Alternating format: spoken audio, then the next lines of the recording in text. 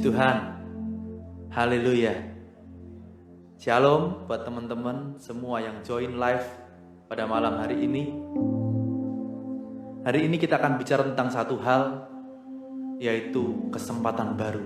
Tema kita hari ini adalah kesempatan baru. Kalau kita bicara tentang suatu kesempatan, kesempatan adalah hal yang dinantikan oleh banyak orang. Bahkan kalau saya boleh bilang, kesempatan adalah sesuatu yang dinantikan oleh semua orang di dunia ini. Karena kesempatan adalah salah satu hal yang dibutuhkan untuk mencapai keberhasilan. Kita memerlukan kesempatan itu untuk mencapai keberhasilan. Tanpa keberhasilan, tanpa kesempatan, mungkin seseorang tidak mencapai keberhasilan. Dan saya teringat di masa saya remaja, saya menonton sebuah acara televisi yang cukup booming pada zaman itu.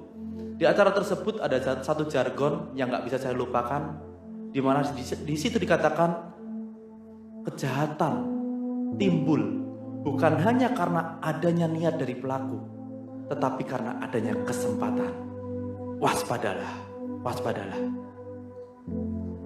Di situ kita bisa melihat bahwa bukan hanya orang-orang baik yang membutuhkan kesempatan. Bahkan orang yang merencanakan kejahatan pun menunggu adanya kesempatan supaya rencananya berhasil.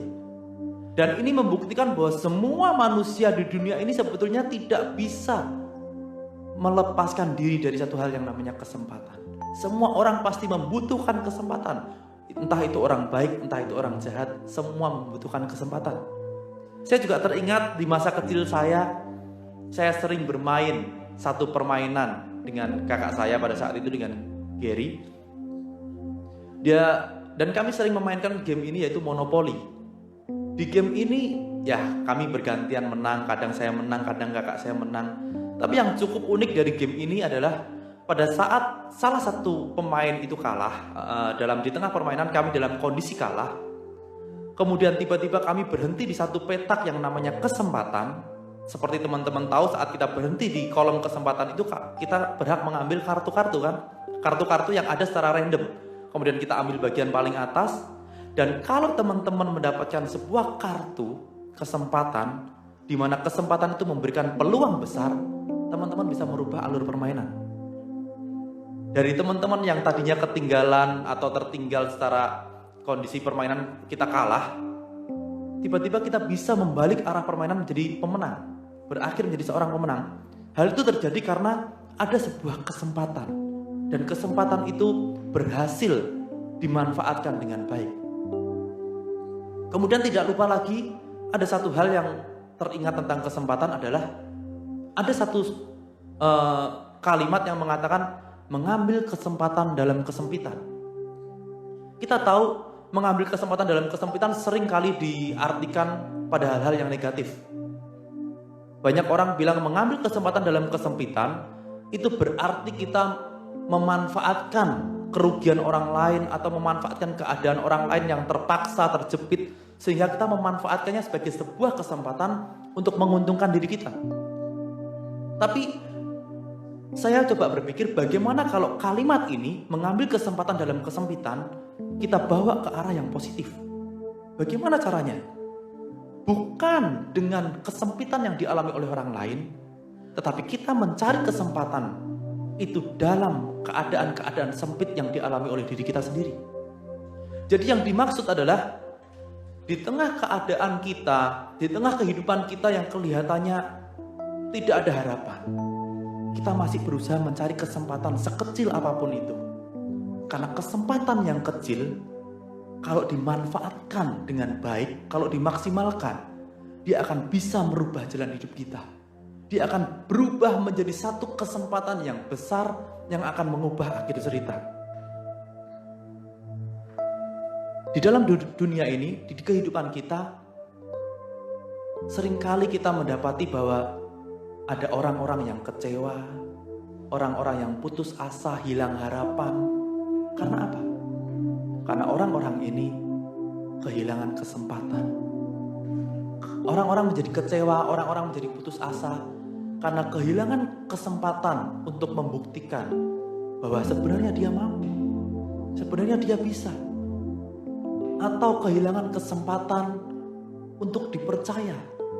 Ada sebagian orang yang dalam kesempatan pertama dia gagal. Tapi dia tidak mendapat kesempatan lagi untuk dipercaya. Dan ada juga orang-orang yang kehilangan kesempatan untuk memperbaiki kesalahan-kesalahannya. Dan kalau kita lihat, hilangnya kesempatan-kesempatan ini membuat orang terpuruk. Hilangnya kesempatan membuat orang jatuh di titik terendah. Karena orang merasa, hidupku gak lagi berharga. Aku gak punya apa-apa lagi. Bahkan kesempatan untuk membuktikan bahwa aku bisa, atau kesempatan untuk memperbaiki kesalahan-kesalahan gak ada lagi. Menyebabkan orang-orang menjadi jatuh. Atau mungkin di antara teman-teman yang hari ini mendengar, teman-teman mengalami hilangnya kesempatan itu. Teman-teman mengalami hilangnya kepercayaan itu. Teman-teman merasakan hilangnya harapan itu. Sedikit demi sedikit, harapan itu menguap. Harapan itu hilang dari hadapan teman-teman. Sehingga teman-teman mulai putus asa. Teman-teman mulai berpikir gak ada lagi masa depan yang indah buat hidupku. Teman-teman mulai hidup asal-asalan karena merasa gak ada lagi kesempatan. Buat teman-teman, buat kita semua yang sedang merasakan hal itu, hari ini ada satu kabar baik. Ada good news banget buat kita semua. Yesus datang. Dia berikan harapan baru buat saya dan teman-teman. Yesus datang buat memberikan harapan baru buat kita semua. Kita buka dalam Matius pasal 9. Di ayatnya yang ke-12 sampai yang ke-13 dikatakan, bukan orang sehat yang memerlukan tabib, tetapi orang sakit. Jadi pergilah dan pelajarilah arti firman ini. Yang ku kehendaki ialah belas kasihan dan bukan persembahan. Karena aku datang bukan untuk memanggil orang benar, melainkan orang berdosa. Yesus, Allah, dia turun ke dunia dengan satu misi. Dan kalau saya membayangkan Yesus, dia Allah loh. Dia penuh kuasa. Dia gak bisa melihat yang namanya dosa. Dia gak bisa bersatu dengan yang namanya dosa. Dia turun ke dunia. Dan teman-teman tahu kan dunia ini tempat yang penuh dengan dosa. Tempat yang sangat kotor, tempat yang sangat jijik. Dan kalau Yesus turun ke dunia, menurut saya Yesus akan melihat satu tempat yang sangat-sangat kotor, yang bahkan untuk menginjakkan kakinya harusnya gak mungkin. Kalau saya bayangkan dalam sebuah film, mungkin Yesus akan bertindak seperti Thanos. Dia mau hancurin semua. Supaya apa? Supaya semua yang gak berkenan itu hilang. Dan dia akan ciptakan orang-orang baru, orang-orang yang berbeda dengan kita, orang-orang yang bisa disetel seperti robot, yang punya ketaatan, yang bisa diatur. Mungkin seperti itu dalam bayangan saya. Tapi puji Tuhan, Yesus gak sepicik itu. Yesus punya kasih yang luar biasa. Dia turun bukan untuk menghancurkan kita. Dia turun bukan untuk membumi-hanguskan kita. Seperti kisah yang kita baca. Ini adalah kisah dari perjumpaan Yesus dengan Matius atau Lewi. Teman-teman tahu siapa Matius, teman-teman tahu siapa Lewi. Siapa? Matius atau Lewi adalah seorang pemungut cukai. Pemungut cukai sangat dibenci oleh orang Yahudi. Bahkan pemungut cukai digolongkan atau dikategorikan sebagai seorang pendosa. Sehingga orang Yahudi gak ada yang bersimpati terhadap Matius. Tetapi pada saat Yesus lewat di sana, Yesus berjumpa dengan Matius. Itulah perjumpaan Yesus dengan Matius. Jadi di sana ada Yesus, ada Matius, orang yang berdosa, ada juga orang-orang Farisi. Di mana orang-orang Farisi ini mengkategorikan dirinya sebagai orang-orang benar menurut versi dia sendiri.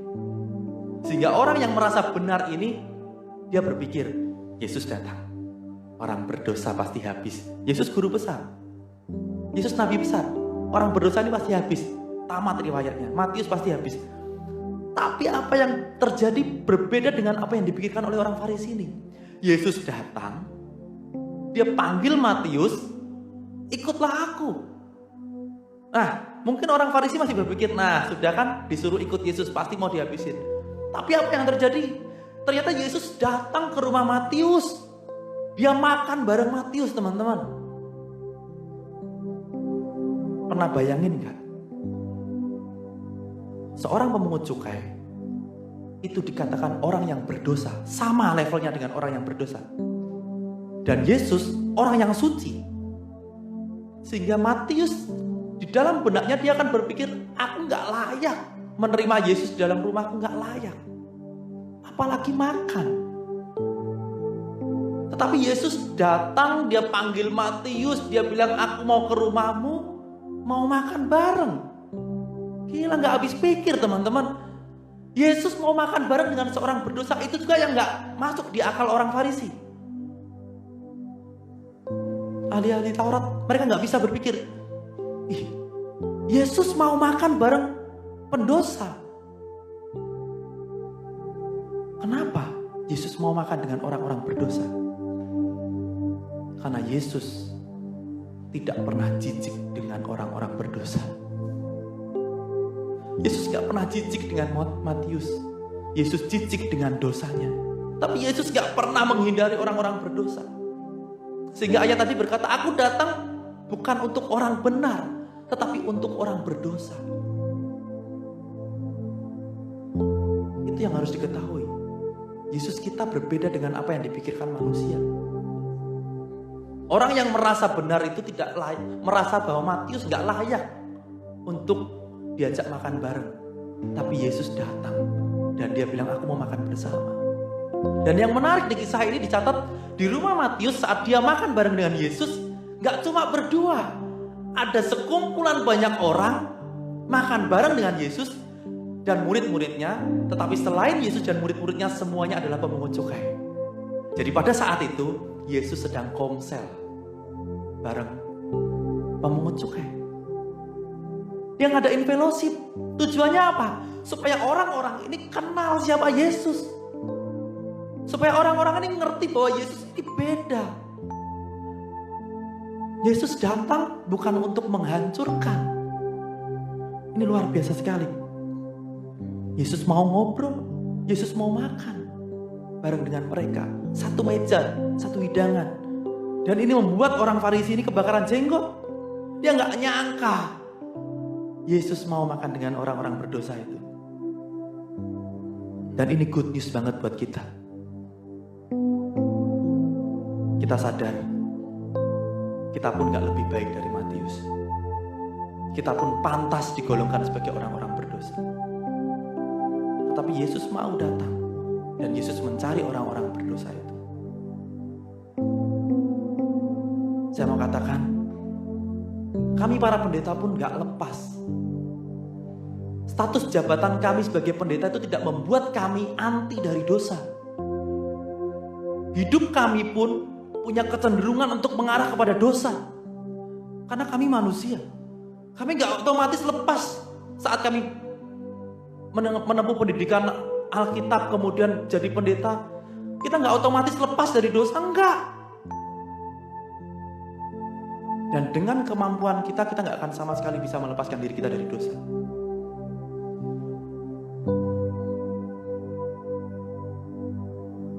Dan Yesus tetap mau kumpul bareng orang-orang berdosa. Semua manusia termasuk saya punya kecenderungan berdosa. Tapi Yesus gak menghindari kita. Yesus gak jijik sama hidup kita. Cuma Yesus jijik sama dosa-dosa yang kita buat. Dan perjumpaan Matius dengan Yesus ini benar-benar mengubah akhir cerita Matius. Matius seorang pemungut cukai. Dia berubah menjadi seorang pemungut jiwa. Saya punya bahasa yang bagus buat dia, pemungut jiwa. Karena apa? Bagi saya, jiwa-jiwa yang gak mengenal Yesus, jiwa-jiwa yang gak menerima Yesus sebagai juru selamat, itu benar-benar seperti jiwa-jiwa yang tergeletak aja di jalan. Gak ada harapan, hopeless. Tapi saat Matius memungutnya dan mengenalkan pada Yesus, jiwa-jiwa ini punya harapan. Dari seorang pemungut cukai dia jadi seorang pemungut jiwa buat Tuhan, teman-teman. Beda. Karena apa? Karena Yesus gak menghukum Matius, tapi Yesus makan bareng supaya Matius kenal sama Yesus.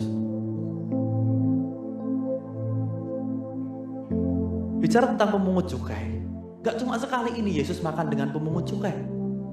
Kita juga bisa melihat perjumpaan Yesus dengan Sakeus. Kalau tadi Matius adalah seorang pemungut cukai, kali ini Yesus berjumpa dengan Sakeus. Dan kalau teman-teman mau tahu, ditulis di Alkitab, Sakeus ini bukan hanya seorang pemungut cukai, bukan pemungut cukai biasa. Kenapa saya katakan bukan pemungut cukai biasa? Karena Sakeus ditulis sebagai kepala pemungut cukai. Jadi kalau teman-teman boleh tarik garis atau kesimpulan, seorang pemungut cukai seperti Matius itu adalah orang berdosa. Bisa bayangin nggak betapa jijiknya orang-orang pada zaman itu melihat Sakeus? Betapa bencinya orang-orang pada zaman itu melihat Sakeus, seorang kepala pemungut cukai. Dan kalau saya boleh kasih label buat Sakeus, saya kasih label dia the king of sinners. Benar-benar rajanya pendosa. Matius aja yang seorang pemungut cukai, dia pendosa. Bagaimana Sakeus? Seorang kepala pemungut cukai, dia raja dari pendosa. Tetapi Yesus tetap mau makan dengan Sakeus. Yesus panggil, Sakeus turun. Hari ini aku mau menumpang ke rumahmu. Aku mau makan bersama kamu.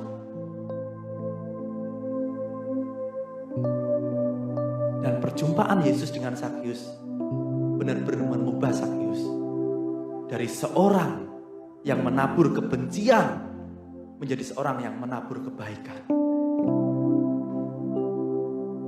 Dia mengembalikan semua yang dia buat, lebih lagi dari kejahatannya. Dia menabur kebaikan lebih daripada saat dia menabur kejahatan. Dimulai dari mana? Dimulai dari perjumpaannya dengan Yesus. Yang menarik di sini adalah Matius, teman-teman pemungut cukai lainnya, kemudian Sakeus, mereka makan dengan Yesus. Padahal mereka tahu bahwa mereka orang berdosa dan gak layak berjumpa dengan Yesus. Tetapi kita orang-orang berdosa, seringkali kita justru bukan mengizinkan Yesus datang, bukan menerima Yesus, mengizinkan Yesus masuk, tapi kita menolak Yesus dan kita dengan dalih, Yesus aku gak layak, aku kotor, jangan hampiri aku gak layak. Aku gak layak. Seringkali kita datang dalam keadaan kotor dan menolak Yesus. Seharusnya kita gak menolak Yesus. Karena perjumpaan kita dengan Yesus itu awal dari segalanya. Jangan tolak Yesus. Siap menerima Yesus. Saya mau katakan, sebelum Matius, teman-teman pemungut cukai lainnya, dan Sakeus mengajak Yesus makan bareng, Yesus datang dan dia menawarkan diri untuk makan bareng. Jadi sebelum kita terbesit untuk datang sama Yesus,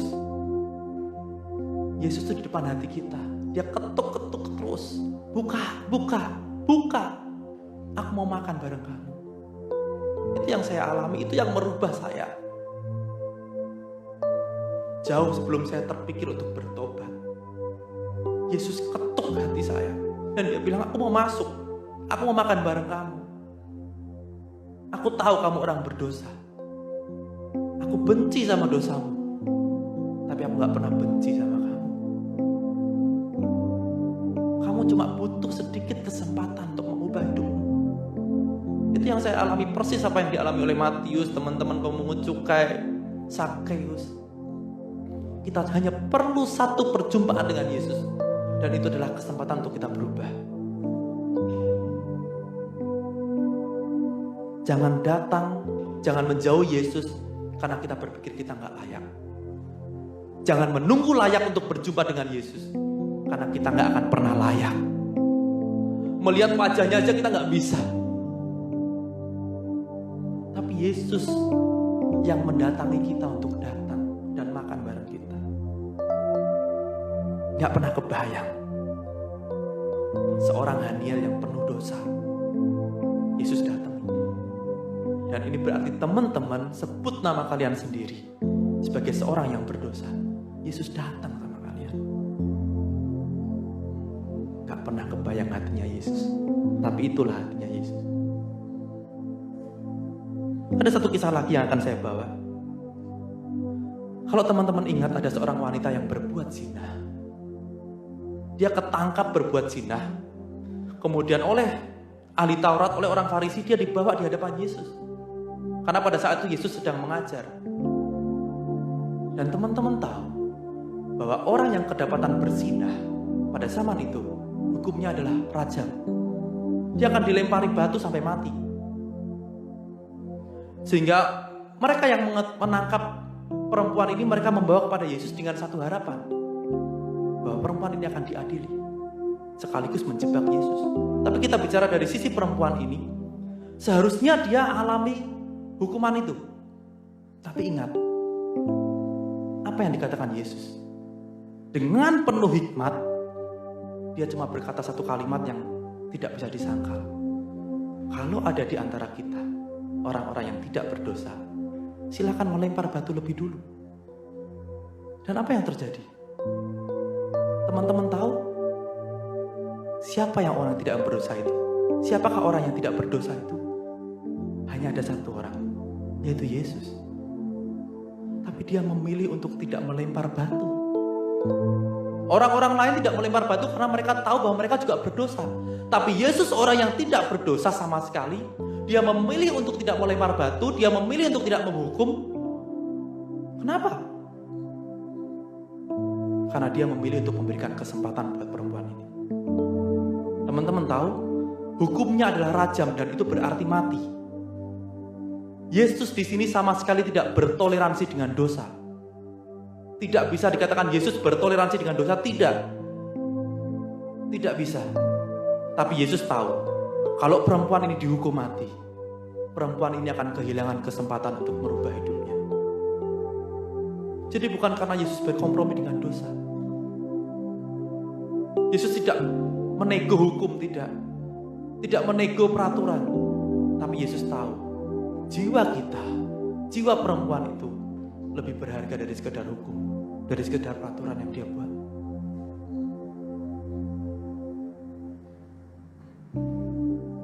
Ingat, Yesus datang untuk memberikan kesempatan. Yesus tidak akan menghabisi kita. Yesus tidak akan menghancurkan kita. Yesus tidak bangga melihat kita terkapar hancur. Tapi Yesus bangga kalau kita bisa melihat adanya kesempatan dan mau berubah. Kalau kita lihat kisah Matius, Sakeus, teman-temannya Matius, wanita berzinah. Kenapa perjumpaan mereka dengan Yesus bisa mengubah hidup mereka? Karena benar-benar saat mereka berjumpa dengan Yesus, mereka mendapat kesempatan baru untuk mengubah hidup mereka. Matius pasal 9 ayat yang ke-13. Yang kukehendaki ialah belas kasihan dan bukan persembahan. Karena aku datang bukan untuk memanggil orang benar, melainkan orang berdosa. Kenapa Yesus memanggil orang berdosa? Yesus cuma mau beri kesempatan baru. Dan seperti yang dituliskan di ayat ini, yang kukehendaki ialah belas kasihan, bukan persembahan. Karena aku datang untuk memanggil orang benar, melainkan orang berdosa. Yesus berikan kesempatan yang baru. Dan kesempatan itu bisa muncul kalau seseorang punya hati seperti Yesus, hati yang penuh dengan belas kasihan. Kalau Yesus gak hancurkan kesempatan orang lain, kita pun gak layak hancurkan kesempatan orang lain. Kalau keputusan-keputusan itu ada di kita, baik keputusan rumah tangga, baik keputusan-keputusan yang lainnya, kalau kita bisa beri kesempatan buat orang lain, kesempatan itu adalah hak mereka. Kesempatan untuk memperbaiki kesalahan, kesempatan untuk membuktikan bahwa semuanya bisa berubah, itu adalah hak mereka. Mereka layak mendapatkannya. Yesus memberikannya, bukan hak kita untuk menutupnya. Dan sebenarnya kesempatan ini tidak cuma untuk Matius, teman-temannya, Sakeus atau wanita ini, enggak. Semua orang akan menerima kesempatan yang sama dari Yesus. Sejak awal penciptaan, manusia pertama, Adam dan Hawa, mereka sudah jatuh dalam dosa. Hukuman dosa ialah maut. Tapi Yesus gak membunuh mereka. Karena apa? Karena Yesus memberi mereka kesempatan Yesus mengganti nyawa mereka dengan nyawa binatang. Ada korban lain yang menggambarkan korban Yesus yang menggantikan hidup saya dan teman-teman. Dan kesempatan yang Yesus berikan itu akan terus berlaku sampai nanti satu titik bahwa dia bilang tidak ada lagi kesempatan.